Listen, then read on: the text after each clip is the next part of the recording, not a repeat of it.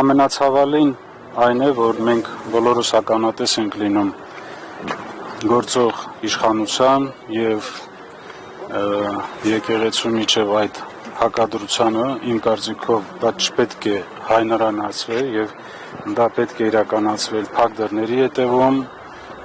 պատշաճ կարգով, առանց լայն հասարակությանը ներգրավելու եւ չեմ ուզում մեկնաբանություններ տամ, մենք կսպասենք մինչեւ եւ եկեղեցու մեջ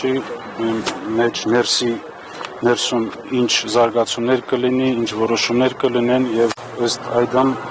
մեր դիրքորոշումը կհայտնի։ Պարոն Սարամանյան, թեև զրուցել եք այդ տեղի ունեցածից հետո կամ առաջ։ Այո, հաջորդ օրը ես իր հետ հանդիպել եմ, այո։ Ինչ եք զրուցել, ինչ եք մեկնաբանել։ Ես ստացել եմ իր հիմնավորումները, ինձ մեկ հարց էր հետաքրքրում հիմնականում,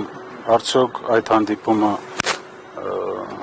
համաձայնեցված էր իրենց ղեկավարի վեհապարի հետ եւ ստացել եմ բացասական պատասխան եւ ըստ դրա իմ եզրակացությունները ես արել եմ։